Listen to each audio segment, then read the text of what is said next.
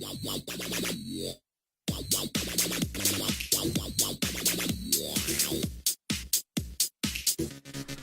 ladies and gentlemen, and welcome to episode 87 of the Generation Gaming Podcast. Where we tell you how to make drinks that you like and hate. Yes, where the points don't matter. That's where we are. I wish that show would come back. We'll do it live. It did come back. It's still back. Is it still back? Yeah, they had they said another season. Ah, good. That's nice. They only do like 13 episodes a season now. They do like 2 episodes every night, something like that. That's whose line is it anyways, people? Anyways, this is 87 of the Generation Gaming Podcast. I'm your host, Tyler. That man who interrupted me is Jake, the interrupting cow. Anyways, and then the other host on the show is Jack. Hey, Hello. everybody, how's it going? How are you, buddy? I'm doing okay. I got back from a trip to, Port Townsend, Washington, and stuff like that, like a couple days ago. Had a gig there with a jazz ensemble. Had a fun time. Stayed at this particular, actually performed in this particular, bar restaurant. It was just really hilarious. Just, not only, because the whole setting in general, it was just really dark, the inside of the thing, because obviously it's a bar, right? So, things are dark. The sound equipment crew is all setting their stuff up. Basically, we did a good job and stuff, but what's kind of hilarious is just going... is just, going around, looking at the facilities of the bathroom itself. It was just really hilarious, because a lot of the modeling seemed like from the 1970s. Because the interior decorating design just really gave it away. I walked into the bathroom. I see hanging on the wall, a bunch of, old, burlesque, pictures or something like that of certain women. Betty White. One of them was, from the 1940s. It kind of looked like... Well, it wasn't Betty White. That would be hilarious. You had Golden Girls. Thank you for being a friend. Just all the Golden Girls on the bathroom wall. Yeah. So let me give you a description about this bathroom. So we have those in the wall, really provocative, topless women. Nothing really nothing showing nudity or anything else like that. But we have a urinal that's completely covered in saran semen. wrap. So basically, if anybody wanted to do that. But what's hilarious about it, man, it's the bathroom has a fucking urinal. There's nothing covering from you having to go to the bathroom or something like that. It's like a trough or whatever. There's no dividers. It's there's a urinal and then there's a toilet. But I looked down on the floor, and instead of the initial tiling stuff that you would generally see, it's just nothing but pennies. Actual legitimate pennies. Someone went penny by penny, just went and just glued it onto the floor, which was really kind of gross too. Because another thing that gave it away, how old this bathroom was, is I saw the textures of some of the pennies that were right by the urinal, and a lot of these older pennies and stuff, from the 70s. A lot of those... For those that don't know and stuff, I actually did a lot of chemistry stuff, for part in college. And one of the things you learn about is how certain pennies from the 1970s and stuff, they change color if exposed to certain temperatures or certain things. And basically the area spread in front of the urinal was just pitch black. Gray pitch black. It was the grossest shit I have ever seen. And I actually uploaded a bunch of fun. I didn't actually take a picture of any of the toilets or anything like that. The toilets actually looked halfway decent, mind you. It wasn't terrible. There wasn't rats jumping out anywhere. But let's see, there was the bathroom, and then there was the back of the bar itself, where we went into this employees only part because we had to try to perform. We had to try to practice some of our songs. Well, and we had to try to stop from people were coming in and out and stuff to the back just to try to, the workers there are trying to get people served, trying to change out their equipment and stuff. And we go into this employees only area, and it looks like something from a fucking horror film from or even from some Outlast. It's all pitch black, right? You have all these instruments and stuff. Things are dirty. Things are looking oh, is Jason Voorhees gonna pop out any moment here with his cleaver? It's it was just like one of those things, I was kind of afraid to just go near a freezer, because what would happen if I would just open some and all of a sudden, ha! So what was on your writer list for the green room? What was on your writer list for the green room? What was that? Well, there was no green room at all. It was just basically practice there, and then just like sit at the tables next to near the front and stuff with the microphones. So basically, we go to perform, right? And we were constantly having mic troubles because we had a band with us, and the sound mixer who was like doing a lot of the adjustments, he basically alternates in the way where the band sounded like almost like louder than the actual people singing, and so there were a mixture of people who were just going out of tune at certain places in some songs because they couldn't hear themselves. But like I said, the performance as a whole wasn't bad. It's just we really got off track for some pieces because of the sound equipment. The band was too loud in certain aspects. I mean, the drum set was like right behind us too. It was that crowded. But other than that, though, I went to a couple of shops. One of my friends went inside this olive oil place, right? There's this legitimate shop in Port Townsend where they have these separate tasting bars for olive oil. So we're talking about certain things like there's a tasting bar for olive oil. There's so many. I know there's so many different flavors, textures, and stuff. It basically just seems like some sort of recreational some activity or somewhere where some sort of. I don't mean to stereotype this. I'm going to stereotype this at all, though. But it looks like some sort of gardening stuff, like some chicks would just go into and stuff. But my friend, man, he was really into it. It's like he went somewhere that I didn't expect him to go to. I figured he was going to make fun of the Italians or something. No, he went with women. Yeah, God. Oh. Like I said, I have nothing against women whatsoever or their hobbies or activities. But I'm just saying, though, I would just normally expect that from, you do know that there are, shops like that, and there are also shops that are just dedicated to nothing but hot sauce. Really? Yeah. These are things? Yeah, man. There's a shop in the mall that me and one of my buddies went to, and this is far from gaming, but we went to the mall, it was like the Scoville rating, which is apparently how you measure hot sauce hotness. Yeah. Mm-hmm. It goes from as you walk in, the jalapeno stuff is right there on the corner as you walk in, and you go all the way down. You get Viper, Megadeth, Sharknado, shit like that. Ghost chili. There's Ghost Ghost. Pepper's the hottest one. Yeah, there's Ghost, and he's dumb. He doesn't know any of this. He picked up the Ghost thing is locked in a box, so kids can't grab it and break it.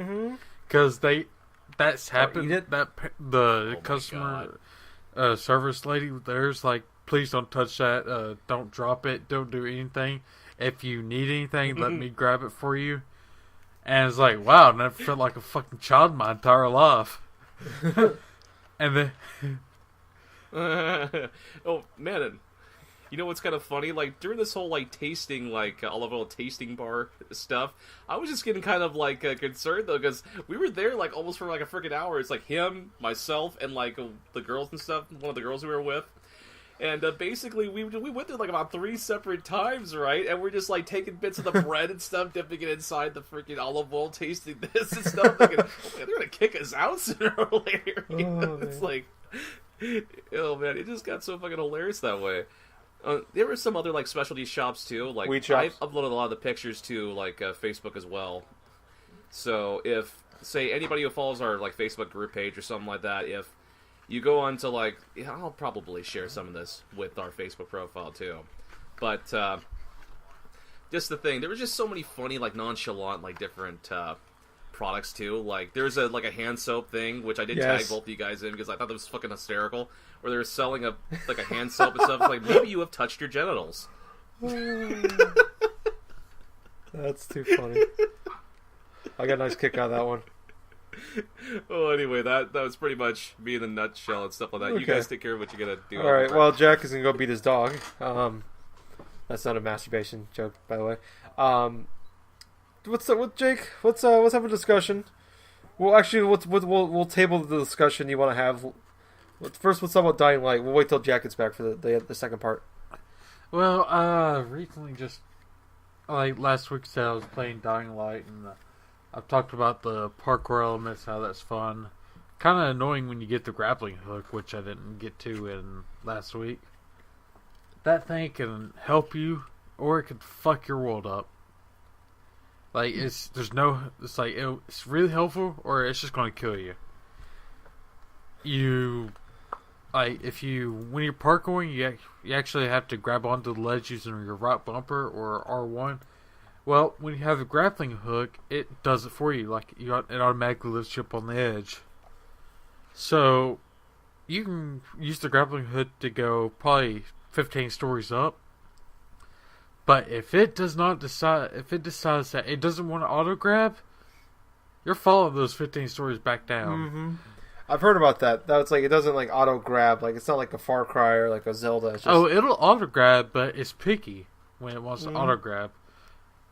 And that's kind of annoying me. But I did just beat it, and I would give it. If I did give it a rating scale, I'll probably give it a solid 8 out of 10. Okay. The gameplay's fun. The melee system's great. What I don't like is that I'm not going to spoil anything for you, but the main bad guy, you have to encounter him, like on the Saras. Well, the entire rest of the game you can play in co-op, but it specifically takes you out of the co-op experience for this one mission, and it's kind of shitty, but. And I can see why they did it. Just go and play it. They made it as hard as fucking possible to play by yourself. Mm-hmm. And if you had multiple people, it wouldn't be nowhere near as challenging. Which it kind of would be because you had like jump on pops and shit, and running from the super virals. So it's basically designed for one player, though. Like the final mission is the rest of the game can be played in co-op, which is how I played it. And if you're playing that entire game single player, you're probably not going to have as much fun as I did. Yeah. Because I was playing with a constant 2 or 3 people. And having someone join your freaking game as a super zombie is frustrating as hell. Because you can actually join, like, someone can, if you have full amount of people, someone can actually join into your game. Specifically designed just to fuck with you. Huh. Almost like a Dark Souls kind of thing where people can just come in and troll you. Yeah, kinda, but consider it more on the lines of, God, what's the game called? Left 4 Dead feel, because you're killing all these little zombies, like, no problem. You have to go wipe out these hives. And, which probably most equipped to, brooding chambers if you play Dragon Age, where there's creatures that look like fucking zombies but somehow are melted into the ground. But you have to kill them, destroy all them, while this fucking super infected is hunting you. You can't see him until he is basically attacking someone or right in your face. Because the game takes place at pitch black night. Like when the super zombie joins your game, the game goes straight to darkness, pitch black. There's no in between, and you basically run or die because the zombie has to kill you. I think 20 times. It's between it's between the 10 to 20 range. So you have to take out these 5 hive mod areas, and then you have to go. Then, like, I think even if you kill the zombie, he just respawns, and you do too until all your lives are gone. Then the zombie, if you lose all your lives, before you've destroyed the hive mod, zombie wins. That sounds horrible. It is it's specifically designed for trolls. Yeah. And it's like, I've had guys like, alright, he's on a friends list, he's in my clan, it's like, alright, you're just being a troll now. It's like, yeah. And the thing is, though, like, for the experienced infector, infected, like, it gets harder to kill. Like, as the zombie levels up, it gets harder to kill, and it's, like, you can level up, you keep your level no matter how many times you play. Like, it's kind of like it's kind of like the characters, like, the zombies levels, like, however much you leveled up that zombie, you can come in to level 15 as a level 1 zombie in level 15 area. Fuck people up. Get up to level 5. Which, if level 3, level 15 hunters can't kill that zombie, kill that level 1 zombie, that means level 5 is just going to be ridiculous. Even more ridiculous yet. It's like, overall, besides that little mode, I would consider the game, play it at least once. Because it's like Dead Island, and I'm vamping for Jack to come back. Yeah. But it's like Dead Island, but better, and there is no driving, which is kind of good and depressing at the same time, because the map is pretty big, and you're having to walk everywhere.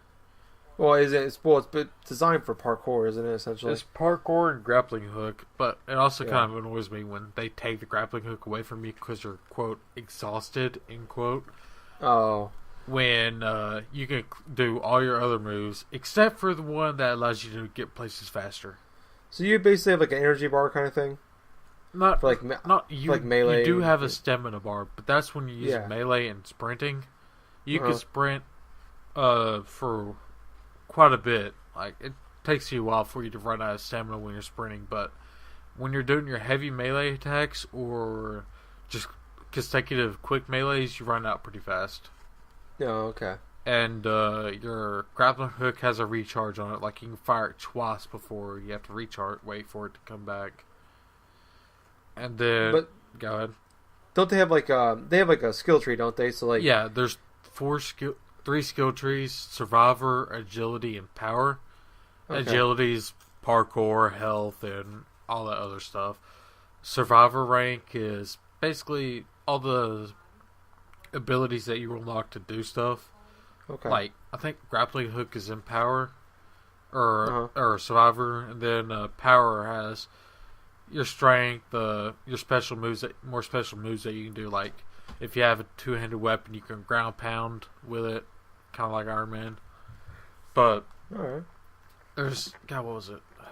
What was it saying? Like, when you're running out of freaking, or you're exhausted, but you can use every other ability. Mm-hmm. Basically just saying, fuck you, no, you can't go anywhere. Like, you're playing this parkour style or not at all. Okay. Also, one last thing, guns in that game suck balls. Yeah, so it's like all the other Dead Island games where it's not meant to be a shooter. Yeah, it's like, I kept the gun in my inventory with guns. There's certain tier guns, like typical RPGs, white, blue, green, and orange, and purple. Well, the guns all stay the same no matter what. Even if you're buying a gold tier weapon, purple tier weapon, it'll be the same as the blue gun, which it's kind of ridiculous because every other weapon increases damage. Yeah. Can you upgrade the weapons? You can upgrade weapons. You can do the Dead Island approach where you can put a blowtorch on a bastard sword, which is a long sword. You can put a battery on your scythe and make it have electric damage. Overall, it's a fun game. I would, like I said earlier, Jack wasn't here, I would recommend playing. I'd give it an 8 out of 10 if there was a rating system we had. Okay.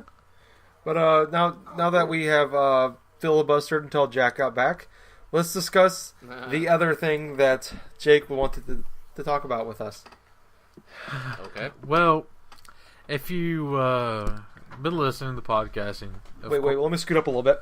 Okay. If you've been listening to the podcast, and of course you should be, like, you know that I hate the Wii U. But for the past week, I've been looking, seeing what type of bundles they were. Like, there's the only thing I've really come across was the Super Mario 3D World with Nintendo Land. Yep. Like, I looked online, I looked for Mario Kart 8 bundle. It was $400. Yeah, those things are gone. Yeah, it's like, I was looking for the Legend of Zelda Wind Waker. That's a good deal. That was $500. Yep. Oh my god. So, it's like, everywhere, it's like, just had this. I was even looking for the Super Mario U and Super Luigi U bundle. That's gone. Can't find that either, right? So it's just Nintendo Land, and it's like go everywhere. I went to Walmart, checked my store at Walmart, checked Best Buy, checked GameStop. Well, I get back to Walmart, and I didn't buy it. Oh. I bought a $200 router. Oh, what?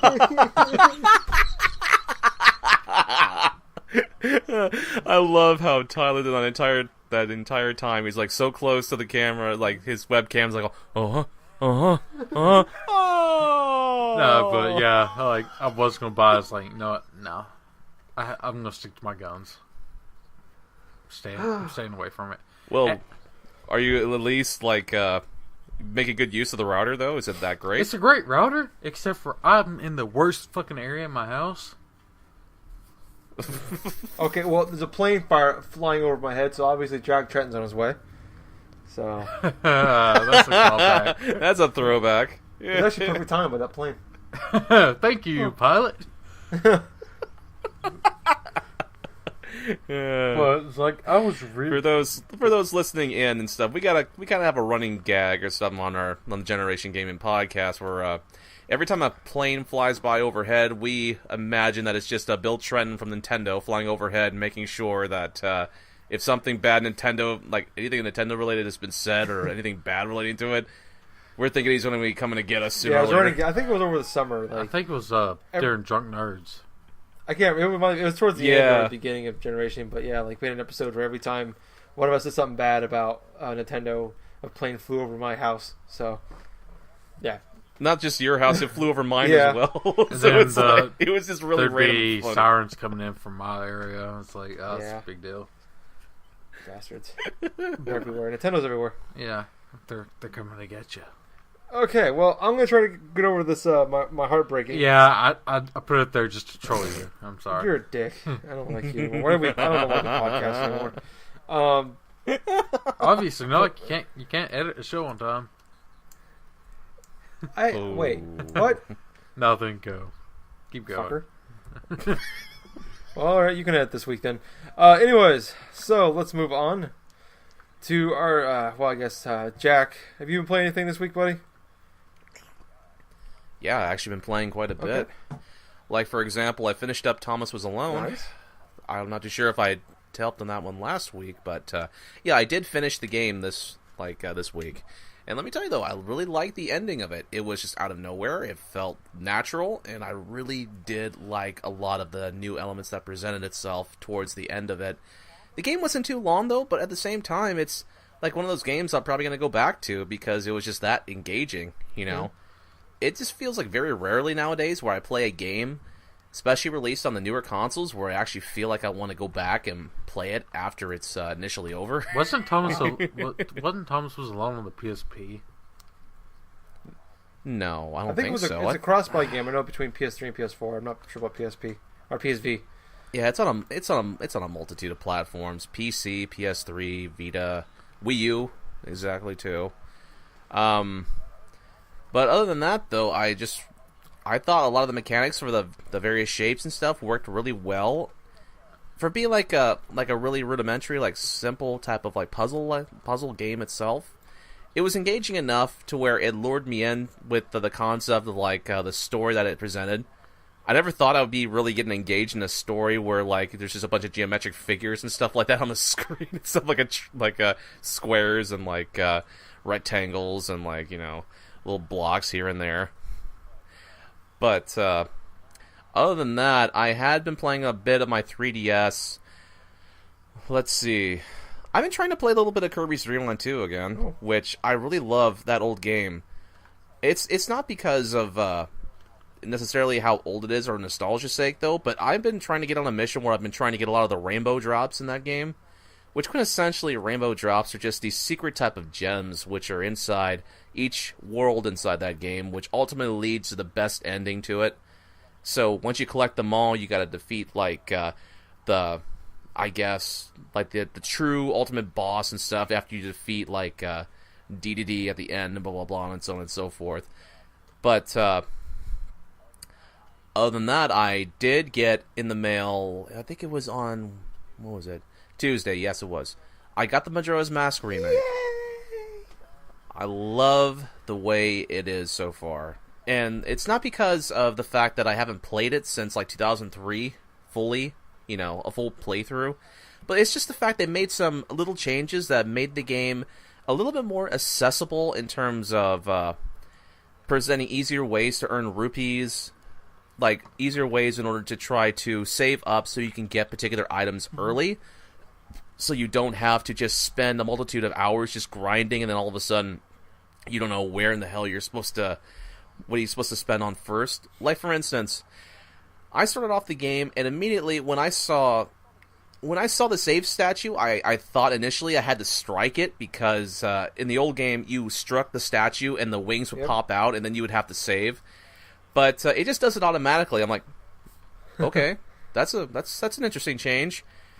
Then what was really hilarious is I went to the West Clocktown section, and I was looking for the banker because I had a lot of rupees, and I was trying to get the adult wallet. I did the same thing. He was nowhere to be found, and I'm thinking, where the hell was he? Where are you? All of a sudden, I go back to the save statue. I look right behind him, like, oh, you gotta be kidding me. I did the same thing.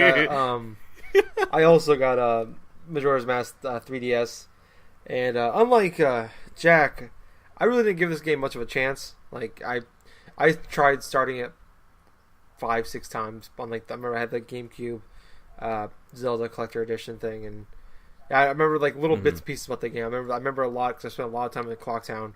I remember I spent 15 minutes checking every store. I'm like, I know he was in West Clocktown.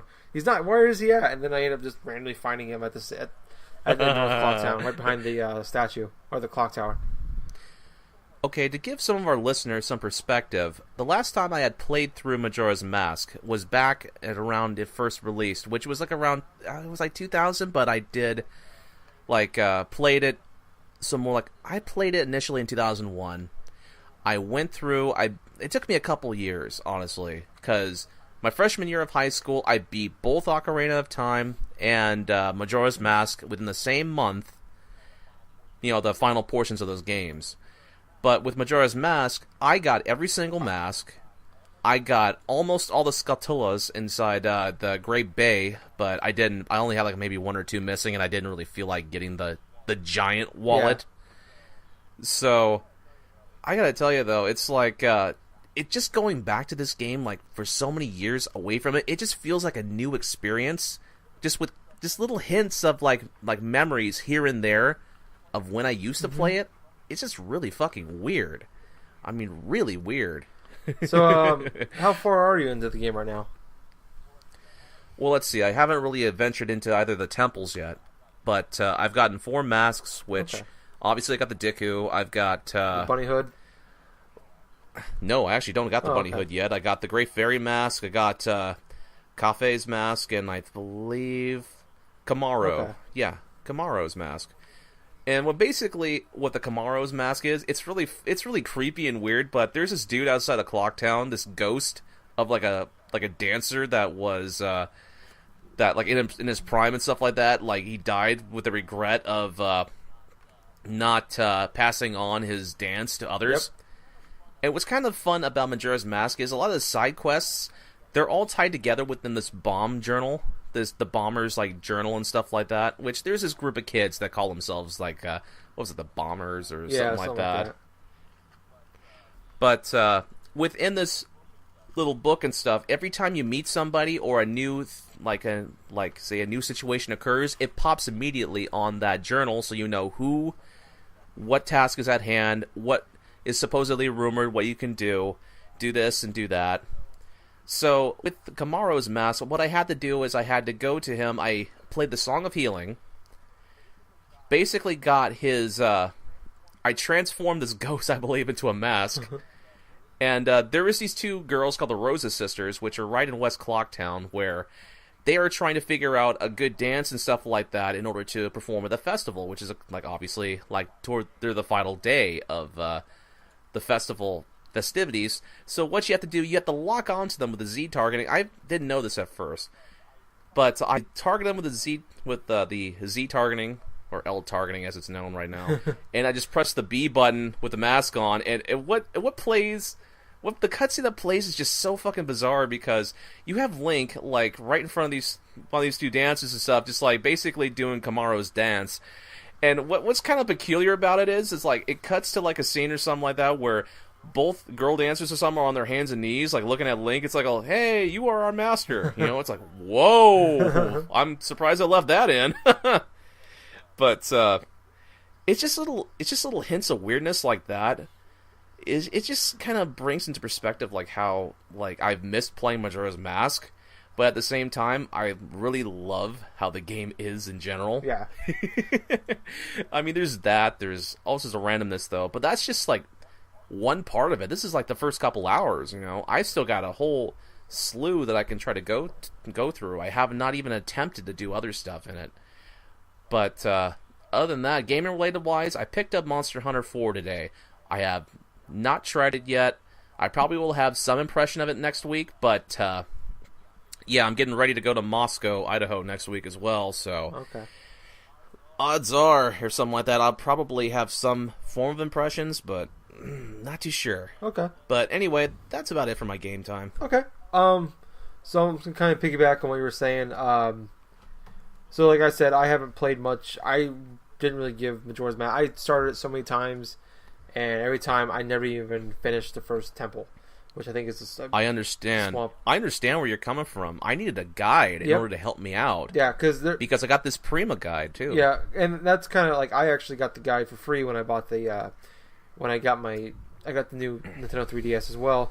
When I picked that up, I got the guide for free, and I will say I don't have it in front of me all the time, but at least the beginning, like just trying to figure everything out, but like just going through this, just getting to the swamp temple is a venture in itself. Just like you gotta go you gotta go to the swamp, you gotta talk to this old lady, you gotta go into this weird maze thing and follow a monkey, you gotta go talk to, you find the old witch, you gotta go back to this one shop, buy this certain potion, go back to her, give her the potion, find her again, go through this whole thing on a boat, deal with it's just crazy amount of stuff just to get to the temple. It's like 3 or 4 hours of stuff you have to do just to get to the temple, and then you get to the temple. You know, that really reminds me, like, very few games seldomly do this nowadays, but what really reminds me, like a lot of the things you're just describing, a lot of the elements, how are you supposed to know,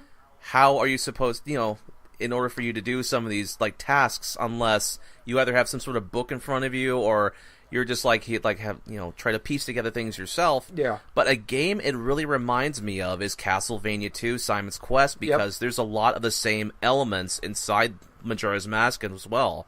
Obviously, there are descriptions like much more clear as opposed to that old NES game, but the concept kind of remains the same. You're going here, you have to use specific items right here or there, but yet, you know, if you didn't have that Sheikah stone or something inside the clock tower, you are not gonna know where you need to perform certain tasks or complete certain missions unless you find out secondhand from word of mouth or from an online source, you know? Yeah, like as far as like that, like the guy's been very helpful for me as far as like getting to the next place. As like, all right, I finished this part. Now what the hell am I supposed to do? They don't tell you what like to do next. Excuse me. And I'm like, oh, okay, I gotta do this, and I'll go there. But like as far as like once I'm in the temples, I'm not having any issues there. But like I said, I've never in my previous playthroughs did a temple. Right now, I've actually finished the swamp and I finished the mountain. Nice. Yeah, so it's actually for a Zelda game. It seems like it's pretty short. I'm thinking like 8 hours in to it. I've been doing some side stuff. I'm not trying to do it all. but it looks like it might be a 15-20 hour game, which is it's a decent sized game, but short for a Zelda game. But I'm really enjoying it. I do like the time stuff can be a bit much at times. I don't know how much I like it. At this point, if I was ranking Zelda games, it'd probably still be close to the bottom, which I mean, it's not a bad thing because Minish Cap's from my least favorite Zelda game, and I still really enjoyed it. But no, so kind of going back to what I said a little bit ago, I did get the new Nintendo 3DS, and the C stick they added to it, which is the little right. I don't even want to call it analog. It's a nub. Yeah. I like everything else about it as far as like the transferring all the memory over and the licenses and everything like that. Easy, it's extremely easy. It took 20 minutes, no issues. Got all my saves, everything was fine. The 3D element is great as far as the face tracking. There's like a split if I move it to the left a little bit, split second like blur, and then it pops back and it catches you. The only time I have issues is if I'm kind of at a weird angle with it. If I'm if I have it like straight, and then I'm like kind of like look, I turn like kind of peek my head over to the left or right. I might have some issues there, but as far as everything goes that way, I'm really enjoying it. I think the C stick is an improvement, but it's just like it's frustrating because it's a little rubber piece. There's no give to it. You can't even like. It's not like an analog stick where you can you can obviously feel when you're moving up, left, right, down, all that. With this, it's just there's no give to it, so you can't. Like, you don't feel like you don't have that kind of like you do like when you're playing a regular like dual analog game. You don't have like you don't get that sense of like something you're doing the right thing. With this, it's like you're pushing up with all your might, and it's like the camera's kind of moving slow or it's not moving at all, and you don't know if like is it working or not. I can't tell. So I don't regret my purchase of it, but that it's just frustrating. Where I think it's an improvement, the C stick, but it's just I don't understand why they didn't give it another analog button. Like an analog stick. Like just make a dual analog. The nub is just it's pointless to me. As far as why I can't fathom why they thought it was a good idea to put that unless it was just dirt cheap compared to the other way.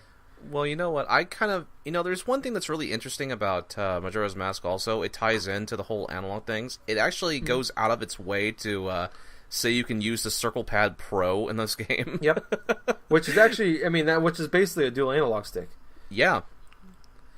Which probably few people own, but still, it's really funny. Yeah. Real quick though, it is if you feel you need that, it's only $50 for this thing. I think I'm seeing for about $50 the Circle Pad Pro, which is cheaper than buying a whole new 3DS. So, and micro SD stick, but no, I'm enjoying it. It was nice though. Cause I'm like I've said before, I go digital with my 3DS. It took not even 10 minutes to download Majora's Mask, which is awesome. My 3DS has been pretty slow about downloading before, so like it took a couple hours to download like a Smash Brothers, and processing power must be pretty fast then. Yeah, it's really good. I did go into some of my other games and jump into those. Super Smash Brothers. It still takes a little bit to boot up Smash Brothers, but noticeably better as far as that goes. I will say though, with Majora's Mask, I've had some issues with the camera, but I think it's more of a 64 game. But the like you said, the Z button, which is now the L button, that has been a great. I'm glad they kept that around because that helps us. It basically just like it quick turns like. It gives you a straight on shot for wherever Link is looking. So yep. I don't know. I really like that. I think that's but I don't know. I would say as far as the if you're looking at that new 3DS, I would say the only reason I would say getting it is if you plan on getting a lot of games in the next 6 months or so for the 3DS. If you have just a regular 3DS and you want the XL, definitely grab it. I think those are reasons to consider, but if you're fine with what you have, if you're a casual 3DS player, just stick with what you got. Like me. Yes, like you. Like you you only play a couple games on a year. You're fine. But if you're a person that puts a lot of time into your 3DS, then or if you play a lot of games, especially games that require like more fast-paced games, like like a Majora's Mask or games that just need another analog stick, then I would recommend it. But going on, I'll cover this one real quick. Just came out the other day. Pokemon Shuffle, which is a free-to-play game for the Nintendo 3DS. Curse you, Nintendo! Yes. So, it's like I said, it's free-to-play. So they hook you right off the bat. Like I was hooked. They give everybody 5 hearts. That's what free-to-play games are. Yep. Yes. So it's got the Pokemon license in it. Yep. It's Candy Crush Pokemon version. Basically, it's what it is. That's God! Now I want to get it. It's free to play. I would say try it. It's fun. Where it's kind of a nice twist on those. It's a match 3 game where you have like a grid and it has you can actually you play Pokemon and you can depending on how you get X amount of turns. Like you have 15 moves and you have to every Pokemon you face has like a power bar and you gotta knock down. You gotta empty the power bar and you have a chance to catch it, depending on how many moves you have left, and depending on the Pokemon. What's up, Jake? Mm-hmm. Isn't this a 2015 version of Pokemon Puzzle Quest? Yes, it's actually kind of like that, isn't it? Yes. There's also like one for the Game Boy Color. Puzzle as well. League. That's it. Puzzle League. Yes. But it's essentially that but a little twist on it, where that was more of just like a you go. It's like it has like a weird like get all the badges and all that crap. This one is like there's like level 1 face this Pokemon and then you have a chance at catching him. So say like I think like level 2 you face Bulbasaur, level 3 is Squirtle, level 4 is Charmander, the basics, and like level 2 you face I think it's Bulbasaur. You have your everybody starts off with one Pokemon, and you have like 5 moves to match these Pokemon up, and whatever Pokemon you have in your group you can have up to 4. Are on your grid, and you have to match at least 3. And if you like say I have Charmander in my group and I'm facing Bulbasaur, he's the wild Pokemon. If I match 3 or 4 of his, it does more damage because he's weak. Bulbasaur's weak to fire types. Oh my god! And the more moves, so you have say 10 moves. I beat him in 3. I have 7 moves. That adds that raises the percentage chance of me catching that Pokemon. But like I said, they give you 5 hearts right off the bat. 1 heart is 1 game. Each game can take you about a minute, maybe 2 minutes. And then you can also there's ways you can unlock jewels, which you can use to buy more coins or buy more hearts. You can use coins like upgrades for like in your games where you get more. You can get more experience points. They'll add an extra 5 moves. Your attack power goes up. But I mean, like I said, it's kind of fun. I think a lot of it has to do with just it's a different take on the match 3 format. And it's Pokemon, obviously, so that helps a lot. I have not spent any money on it, but I have put a couple hours into it. The big thing I don't like about it is, like I said, you can have up to 5 hearts, and like built up, and it takes a half an hour to get 1 heart back. So you have to wait a half an hour to play 1 game. Oh man! Or brother, you can buy jewels, which you buy these jewels with real money. And you can use them to get more coins or more hearts, and give like you can spend $45 or $50, and it will give you like 50 jewels, and you can buy like 100. Like I think it's like 78 hearts, or you can or 12. You can spend 12 jewels to get 38 plays. I haven't spent any money on it yet. Like I said, I'm kind of enjoying it a little bit. It's a fun little thing to do, kills time. I will say if I'm still playing this daily a week or 2 later, I can justify putting like $5 into it. I feel like deservedly so. But no, try it out. It's free. It's Pokemon. A little costly thing. Just avoid the crack if you can. Play so far, I'm play resisting. the crack game, but avoid the crack. Yeah, avoid the addiction. Just play the crack, but avoid the addiction. Oh, be a casual crack doer. You know what they say? God. If you use it every now and again, it's okay. Yes, just don't do it daily, but I've been doing. But let's move on. We have some topics you guys to cover, so we'll jump into them real quick. We have a couple that we didn't talk about last week. We'll just jump into them real quick. But the first thing is, it's not confirmed, but it sounds like Nintendo and Netflix are in talks to do a live-action Zelda series on Netflix. Jake? Huh?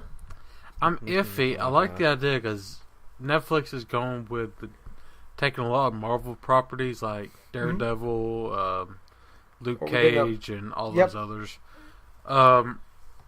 It'd be interesting. I wouldn't want this to be the first Nintendo property to have some television show that isn't Super Mario Bros. The movie. Well, I mean, there was like I mean, as far as live action, yes. Mm-hmm. I mean, well, you can say the Super Mario Brothers TV show, it was part live action, part cartoon. But yeah, this would be like the first all live action anything for Nintendo.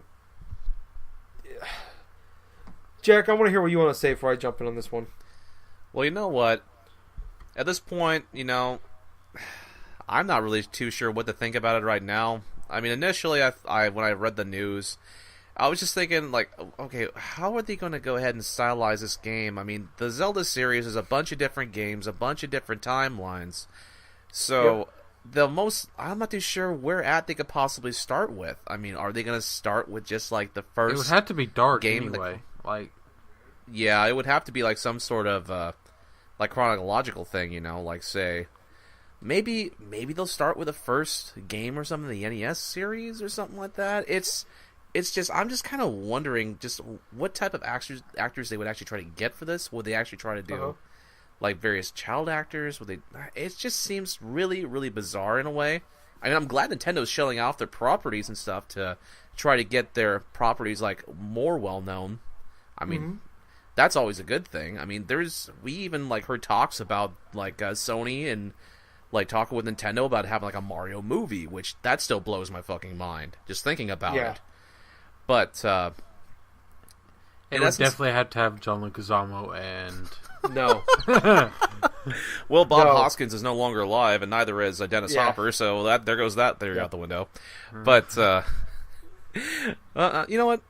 All I'm just saying is I'll just wait and see. I'm not gonna poo-poo anything. It's just I'm just really hesitant because there's been terrible adaptations of Nintendo products in the past. Yeah, I agree. Like pretty much anything, like movie wise or television wise, like it's been kid friendly and corny and all that, and obviously everybody knows Super Mario Brothers the movie. Dancing Goombas or Goombas, and then Yoshi in that movie. God. Hey, boss, the Goombas are dancing again. God damn it. I hate you so much right now, Jack. I watched that when I was 5, dude. I can still remember the lines there. I was like 13. Oh, God. The way I look at it, when I first heard the news, I think I was like everybody else was like, ooh, really? Ugh, I don't know about that. But the more I think about it, and this is more best case scenario for me looking at this, is Nintendo doesn't meddle in it too much. Let them be a little dark. I'm not saying R rated or maybe not even PG-13. Make it a little dark PG, like where if you've played Ocarina of Time, there are parts in that game where if you go to the future, there's entire villages that are destroyed.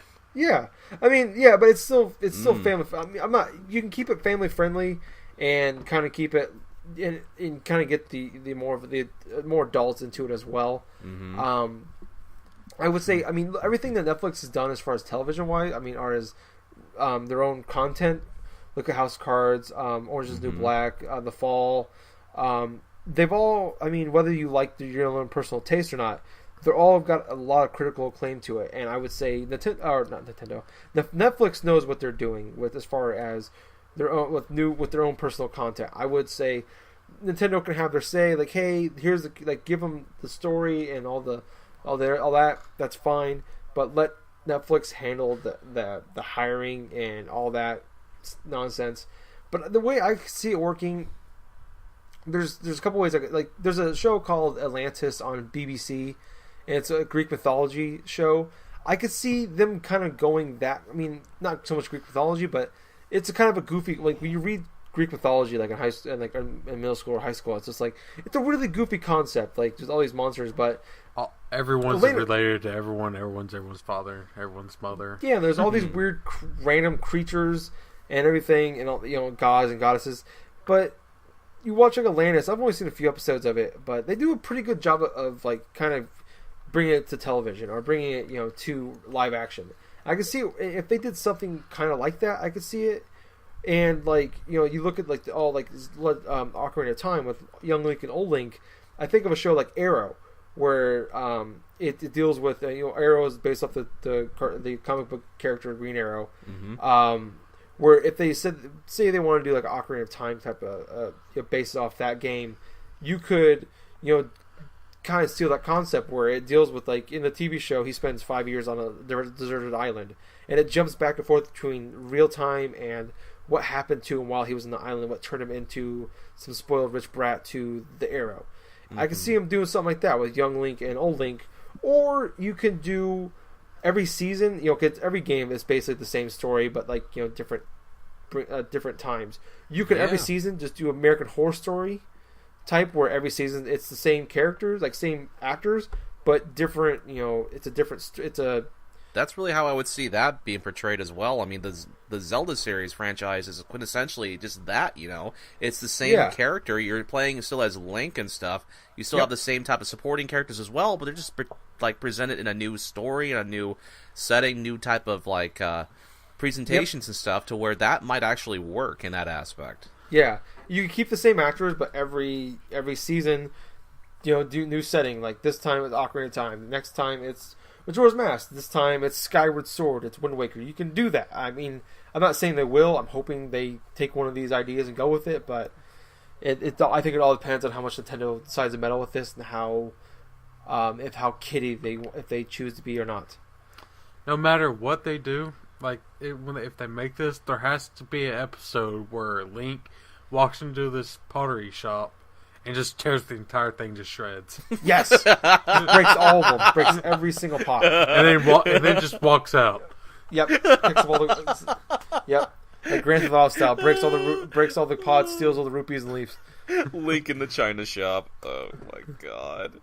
My god. I'm just getting that picture in my head now. It's like Link just randomly comes in. Hey, sir, can I help get you something? Okay, just wait here a minute. I'll get those special bombs you made. All of a sudden, he just comes back and all these pots are destroyed or something like that. It's like, and what the hell happened in here? It's like, there's nothing. There was a random Poe that just came in here and just broke everything. Like, oh, you got the bombs? Oh yeah, good. Here's some rupees. Yeah, thank you. Bye. I just want an episode where Link's carrying a chicken around the town randomly. Those that people. But I could probably see this being if it goes darker than normal. I could see this being a quasi Game of Thrones type series. Yeah, I can see. That's kind of what I was thinking. More of a family-friendly Game of Thrones. Yeah, they're not going to go rated R with this. I doubt they'll go PG-13. They're definitely not going to go Game of Thrones rated R violence. Yeah, boobs, gore, Legend of Zelda everywhere. Oh my god! But in every other episode, Zelda gets fucked by Ganondorf. Oh, Legend of Zelda XXX. Anyway, no, that's probably already a thing. But let's. God, please don't search that. We have some other things to talk about.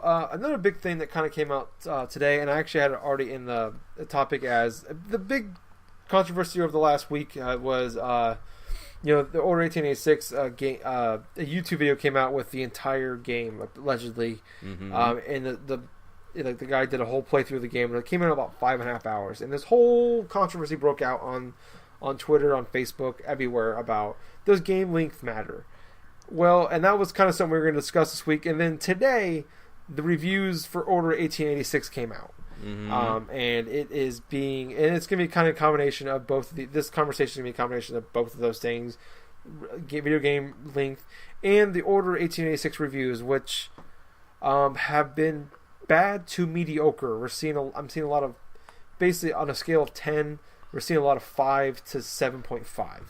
7.5 definitely being the highest of this rating system. Yeah, 7.5. As far as the big sites go, I mean, look on Metacritic, you're seeing a lot of 92s and 83s, but you look at the site and you're like, I've never heard of you PlayStation Fanboy 44.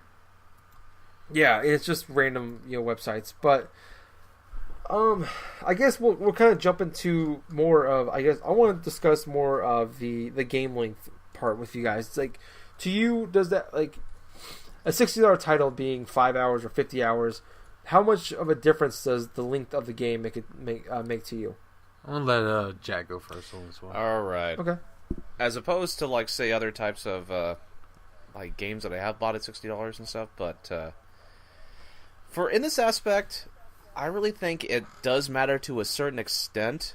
Like, for example, if you're going to play a specific type of a game, I'm just going to say maybe like a sports game. And sometimes the sports games, they could last a bit, like a long while, especially if you go to a franchise mode, take your player through this or that, or even like, say, a big RPG like a Fallout or something like that, where you go into this expansive world, you're going to level up your characters, do this build, do that build, and stuff. I feel, in that aspect, that is worth my $60 because I spent this. I'm getting like about 40 or 50 hours out of this experience, and quintessentially, I'm enjoying myself doing so. But then again, I'm at this crossroads though, where it's like I have spent money, say $20 in say like a 2-hour game, like say like Journey, and that ended up being one of the best experiences I played during the last generation. But personally, when I go and buy games and stuff, if it's like only a couple of hours, I really want to make sure that it's replayable. Because if it's only 5 hours and I think it's absolute crap, there is no way that I'm going to go ahead and invest $50 or $60. I would probably buy maybe a discount or possibly just to try it out, maybe a rental. But long story short, and I know I'm long-winded when I say this, I would rather just spend my money on a game I know I'm going to get the most out of. It doesn't matter the length, it doesn't matter the time. But in this case and scenario, with like the Order 1886, I think I might just wait for a price drop. Yeah. What about you, Jake? I'll say I'm in the opposite of what Jack said. Like, game length to an extent, yeah, it does matter, and replayability. But we were just talking earlier before we were recording, and I was playing Tetris. Yep. That game can last 10 seconds or 50 hours. Mm-hmm. And most of the time it's the first. And I was just playing Dying Light. That game probably had, I want to say, I'm going to check time to put into it. I want to say we played for probably 15 hours, and I just beat it a few minutes ago. Wow. Yeah, and that game, you could go through this. Most of the time we were just running around killing zombies. That game's story was pretty short, and it really wasn't that great. And the thing with Destiny is gameplay matters. And if Or 1886 has a 4-hour campaign and $60, I'd equate that to a movie where you go into a movie, you pay, say, you buy a movie, pay $20 for it, you get, an hour and a half to 2 hours at a time? Mm-hmm. Yeah. I'd probably equate that to buying 3 movies. Okay, I got 6 hours worth of enjoyment, and I paid $60. I just bought 3 movies. Yeah.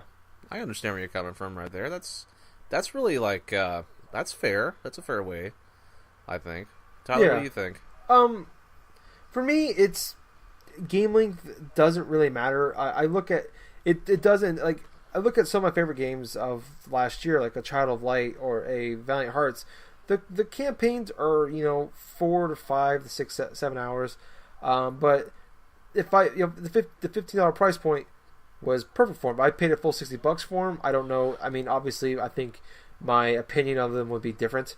But for the most part, as far as $60 titles go, do I want to spend $60 on a title and have an hour and a half, 2 hour campaign? No, obviously that's an extreme case. We don't see that often. But as far as like an average game, to me, it's more about the experience. Didn't you do that with Ground Zeroes? It was like $40 you paid for. It was like $20, $30 to.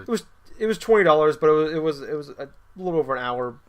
But I mean, to me, that's the fanboy in me of Metal Gear Solid will accept that. And I said that in a review. It's a fanboy thing. It's not a It's not. This is a great game. You should definitely go pay $10 for it for 2 hours gameplay. It's But definitely the a game that fanboy should have been a won't allow demo, in my things to be opinion, said. but that's just me. Oh, it was It a should demo. have been just like a free demo, demo. dude. It should have just been a free demo. Yeah. Or in the game. But I'm pretty sure it was in the game. They just took it out and sold it. that's probably more likely. But going back to this, to me though, there's games I played that like I was talking to Jake for the show about Dragon Age Inquisition. I put 37 hours into it, and I honestly I got sick of it because I got 37 hours of it, but I would say maybe half of it was actually real enjoyment, and the other half was just mindless. Getting to the next boring enjoyment. Yeah, it was just doing the monotonous crap that I hated to do, the grinding and the fetch quests, to get to the fun stuff, and that sucked, and I stopped playing it, and I have no interest in going back into it. But at the same time, there's games where, like a Wolfenstein, or where it was a 10, 12-hour campaign, and that's all I got out of it. It was pure single player, but I had a blast with it. Or a Bayonetta. I put 10 hours into it, and I had a blast with it. And for me, Call of Duty 5-hour campaign. Oh yeah, and also for me as well. You know, with last year and even the year, and even like the year before and stuff with the Pokemon games. Pokemon Y, I've spent like about 200 something hours, like 240 something, almost 250. And you beat the entire campaign in 28 minutes. Not 28 minutes, but I know you're joking about that. But like 24 hours, and the rest of that time is spent like just going through, just choosing different Pokemon, choosing things, doing this and doing that and stuff. But anyway, I know where both of you guys are coming from and stuff, because I do have my favorite games that I do love to go back and play through.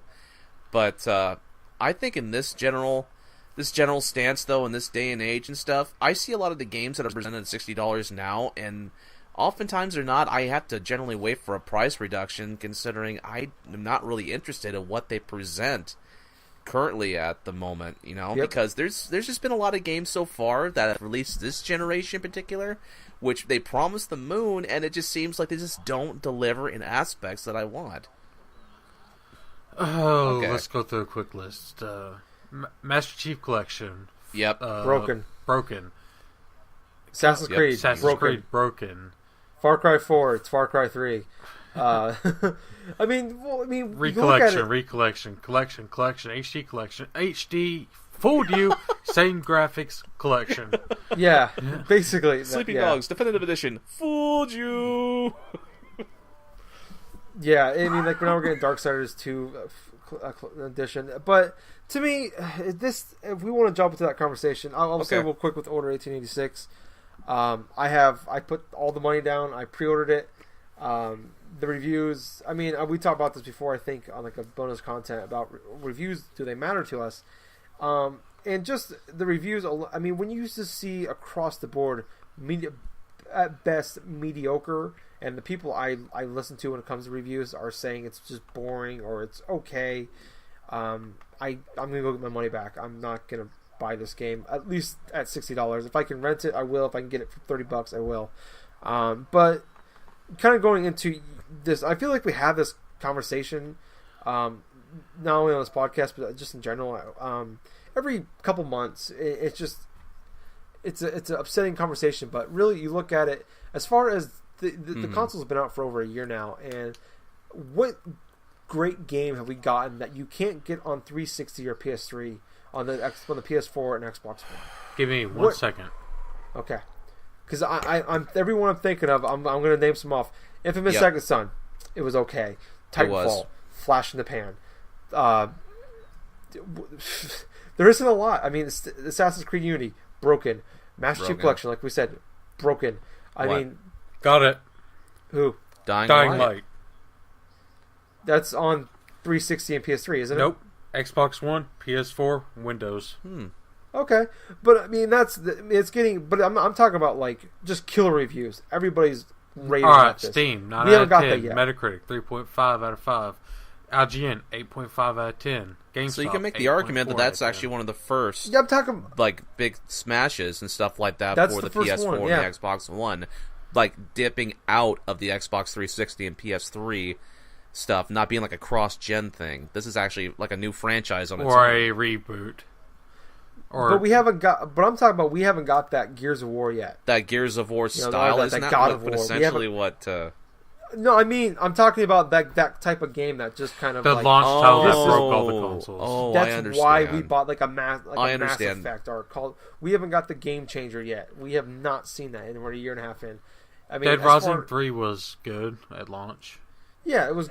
I mean, we got some good quality games, but I mean, nothing has been like a system seller yet. I don't think, and it sucks. You know, it's like I think Jake said it before the podcast. Once again, like it sucks being an early adopter, and that's what we were. All of us were. And I mean, we're playing fun games, but we could have played these fun games on our 360 and PS3. I don't know, but God, there was a joke that Europe said. It's like, "Hey, America, thank you for beta testing our hardware."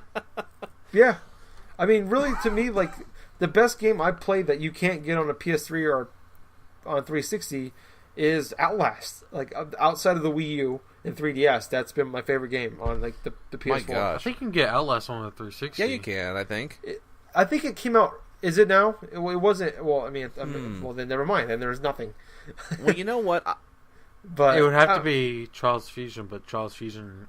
It's on everything. Came out on everything. Well, you know what? Yeah. It's like what I'm really kind of excited about, even though this does come out on the PS3 as well. I believe one of the bigger hits of this year, but later on in the year, is going to be Persona 5, because of the way like how say traditional like Japanese RPGs and stuff like that do tend to not really last too long in the guideline stuff, but this one looks pretty different from what the trailers have been initially showing of it.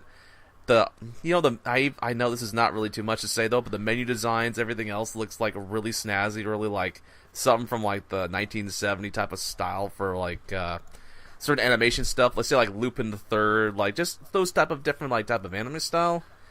But here's the thing: I feel like that's gonna be one of the hits that's gonna be introduced this year, which is going to have people maybe buying systems. Obviously, others being, say, like Uncharted 4, maybe Batman Arkham Knight, or something like that.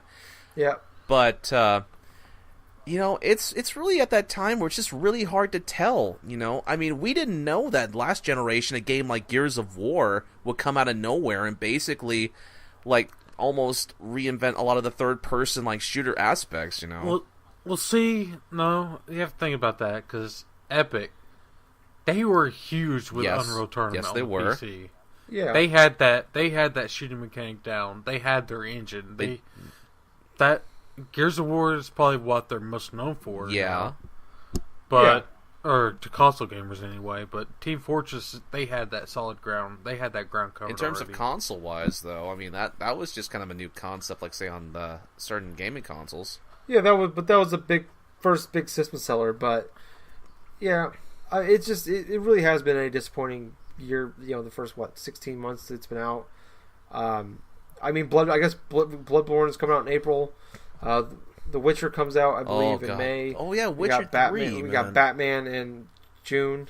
Yeah, so those I think are going to be the next big ones. As far as I got some high hopes for Witcher 3. I mean, Jesus Christ. Mm-hmm. So let's hope those games work out and they come out and they're good. Like the Order 1886, at least it's not broken, guys. It's just not a good game. Yeah, the only thing I'm really saying is like, they went movie route. It was like, isn't that what happened to Metal Gear Solid and everyone loved that damn game? There were certain aspects of Metal Gear Solid though that did appeal too. I mean, it wasn't just the story aspects though, but at its time, it's backed up with good gameplay though. I mean, and as far as I could tell, it's the Order 1886 isn't backed up with good gameplay. It's a good mediocre to bad story with mediocre to bad gameplay. There's a lot of games nowadays that the story's freaking terrible. All of Destiny, Dying Light had. Yeah, but if you can have great gameplay to back it up, and you can get. Of course, the difference is between the Order 1886 and then you have Metal Gear Solid. It's like one of them dedicated third-person shooter, the other stealth action, with some shooting elements, but it's not like really the focus. But you know what? They are kind of like cinematic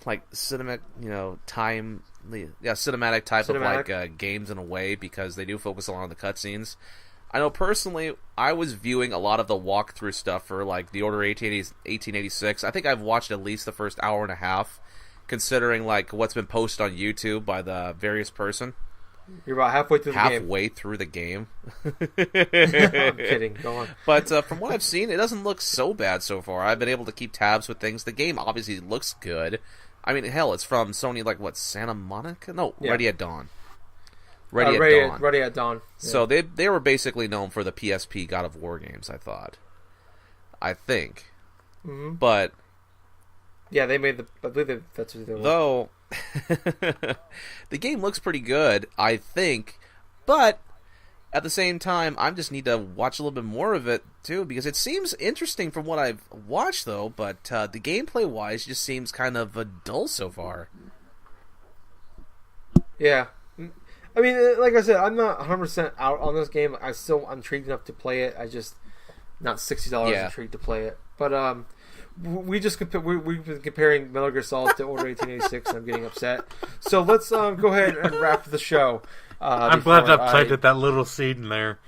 Yeah, let's wrap the show up before I get a ticket to Tennessee and Washington State and murder my co-host. So bring it.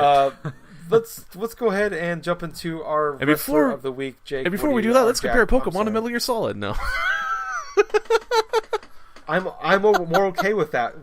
Compare Yu-Gi-Oh to Metal Gear Solid. I can swallow it. Jack, I will fucking stab you in Jack, the heart. Revolver Ocelot, you've activated my trap card. Oh, God, no! It's like all of a sudden you have Revolver Ocelot with a barrel behind the door card. It's like some sort of golden fucking gun.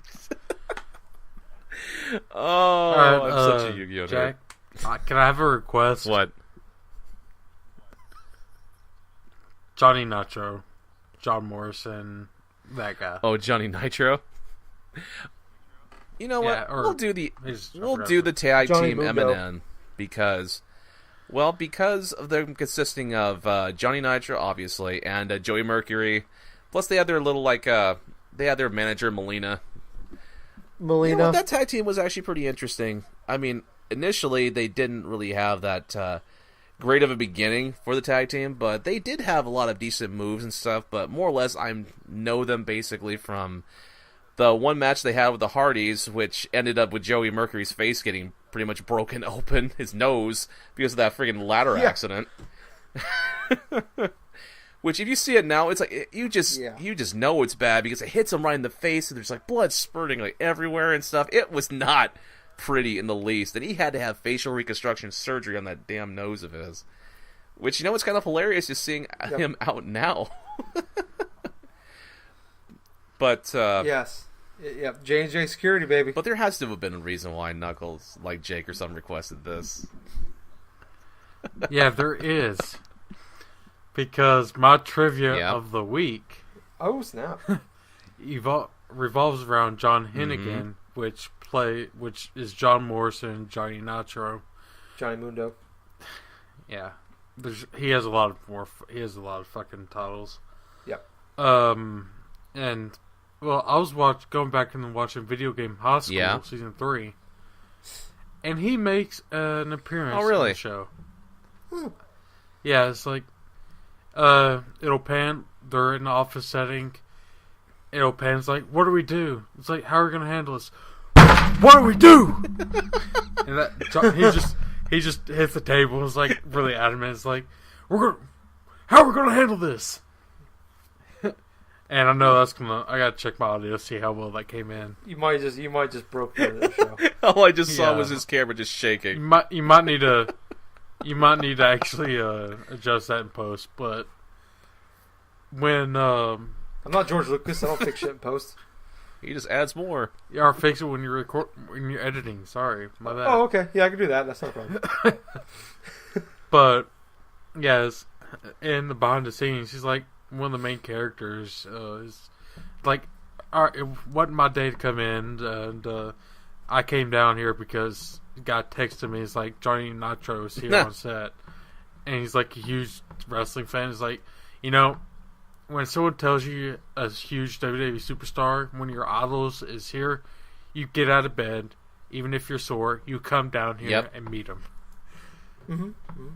And when he was asked the question, it's like, what was his favorite ring name? He goes, My favorite name would probably be my John Hennigan, because it's the only one WWE doesn't. That's a good one. And that's the trivia of the week, kind of wrestling related. Very nice. All right, so I think I recovered from the Order 1886 Metal Gear Solid comparison. But if you guys want to hear more of us or talk to us at all, we are on the Twitter at Gen Gaming Net. Also on Facebook, Generation Gaming. We have a page and a group. We're also on YouTube, Gen Gaming Net, and also on Twitch under the same name, Gen Gaming Net. No spaces. You said now? YouTube. Oh, did I? YouTube. It's a beautiful day. Sorry. Now I'm pissed off that YouTube and Apple put that shit on my fucking iPhone. Again. No, we are on, like I mentioned, we are on YouTube, not on YouTube. If I we be are, on Bono? No, Jack is Bono. I said, can I be on Bono? That you can be on Jack all you want. That's fine. But like I said, we are on YouTube. We are doing some exclusive content for our YouTube page, Gen Gaming Net. And we are about to record some bonus content. Are we? Because yes. As long as somebody doesn't stop recording after this.